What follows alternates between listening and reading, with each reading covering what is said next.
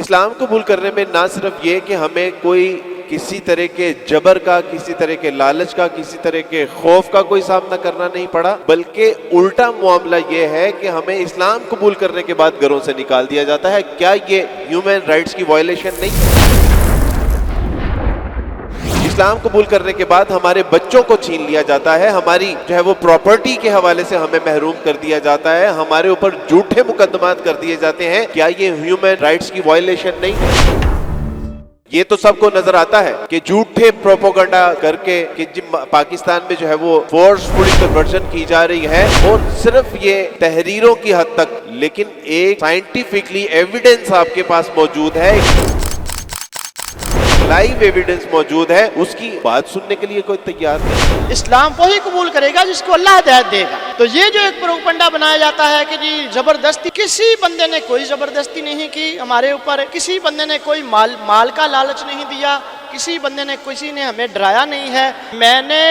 اللہ کو سمجھا ہے، اللہ کے دین کو سمجھا ہے، ہندو مذہب کو دیکھا، اسلام کو دیکھا، پھر میں نے اسلام قبول کیا۔ مجھے کسی نے کوئی تبلیغ نہیں کی، نہ کسی نے کوئی لالچ دیا، نہ ہی جبر کیا گیا۔ تاریخ کلیسیا کا مطالعہ کیا، یہودیت کا مطالعہ کیا، دیگر ادیان کا مطالعہ میں نے کیا، میرا رخ جو ہے وحدانیت کی طرف چلا گیا۔ اسلام جو میں نے قبول کیا ہے، اس میں کسی کی کوئی زبردستی نہیں تھی، نہ مجھے کوئی لالچ تھا، میں نے صرف اسلام کو پڑھا، اس کے بارے میں سوچا اور میں نے اسے قبول کیا۔ میرا نام محمد علی ہے اور میں میڈیکل ٹیکنالوجسٹ ہوں، اور میں نہیں سمجھتا کہ کوئی مجھے جبرن اسلام قبول کروا سکتا ہے۔ اسلام کی حقانیت اور ان کی تعلیمات سے متاثر ہو کے میں نے اسلام قبول کیا۔ الحمدللہ ہم سارے خاندان نے اسلام قبول کیا، کسی نے ہم پر کوئی جبر نہیں کیا، کوئی تشدد نہیں کیا، نہ کسی قسم کا کوئی لالچ دیا، بلکہ ہم اپنی مرضی سے اسلام کی تعلیمات کو سمجھ کے دیکھ کے ہم نے اسلام قبول کیا۔ یہ سراسر الزام ہے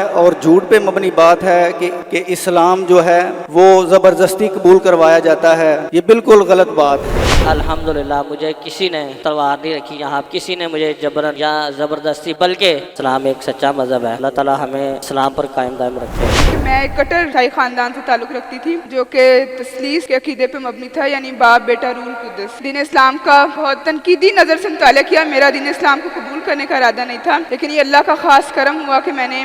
تنقید کرتے کرتے دین اسلام کی پیروکار بن گئی۔ اللہ کے فضل و کرم سے اہل اسلام کی دعوت کے ساتھ ہزاروں کی تعداد میں مسیحی برادری کے لوگ، ہندوازم سے تعلق رکھنے والے لوگ، قادیانیت سے تعلق رکھنے والے لوگ حلقہ بگوش اسلام ہوئے۔ کہ پاکستان کے اندر اس طرح کی کوئی بھی رپورٹ موجود نہیں ہے جو سکہ ذرائع سے حاصل کی گئی ہو کہ کسی مسلمان نے جبرن کسی قادیانی کو، کسی ہندو کو، کسی سکھ کو یا کسی مسیحی برادری سے تعلق رکھنے والے لوگ کو دائرہ اسلام میں داخل کیا ہو، بلکہ ہندوستان میں ڈاکٹر ذاکر نائک کو اسی وجہ سے جبری مائیگریشن کا سامنا کرنا پڑا کہ ان کی دعوتی سرگرمیوں کی وجہ سے ہزاروں کی تعداد میں ہندوؤں نے دین حنیف کو قبول کیا۔ تو انگلستان جیسے ملک کے اندر بھی کہیں ہمیں عبد الرحیم گرین جیسے وجود نظر آتے ہیں، اور کہیں یوسف چیمبر جیسے وجود نظر آتے ہیں،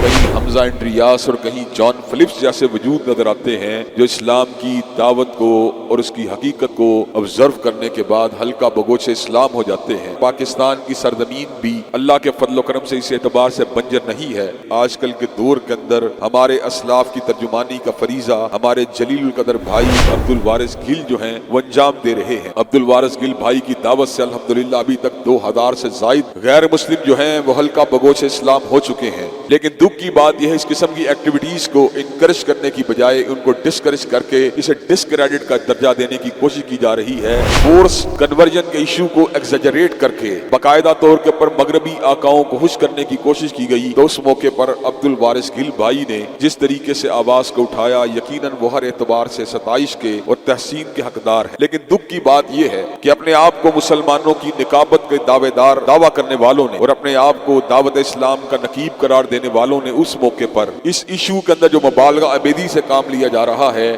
اس کے حوالے سے اپنی مرضی سے اسلام کو قبول کرنے والے بھائیوں اور بہنوں کی پکار سننے کی بجائے ان کی بات کو یکسر نظر انداز کر دیا، اور دنیا کو گویا کہ یہ پیغام سنانے کی کوشش کی گئی اور غلط جسارت کی گئی، لوگوں کو جبرن اسلام کے اندر کنورٹ کیا جاتا ہے۔ یہ اسلام کے بارے میں ایک باطل پروپیگنڈا ہے جس کا حقیقت کے ساتھ دور بار کا کوئی بھی تعلق نہیں ہے۔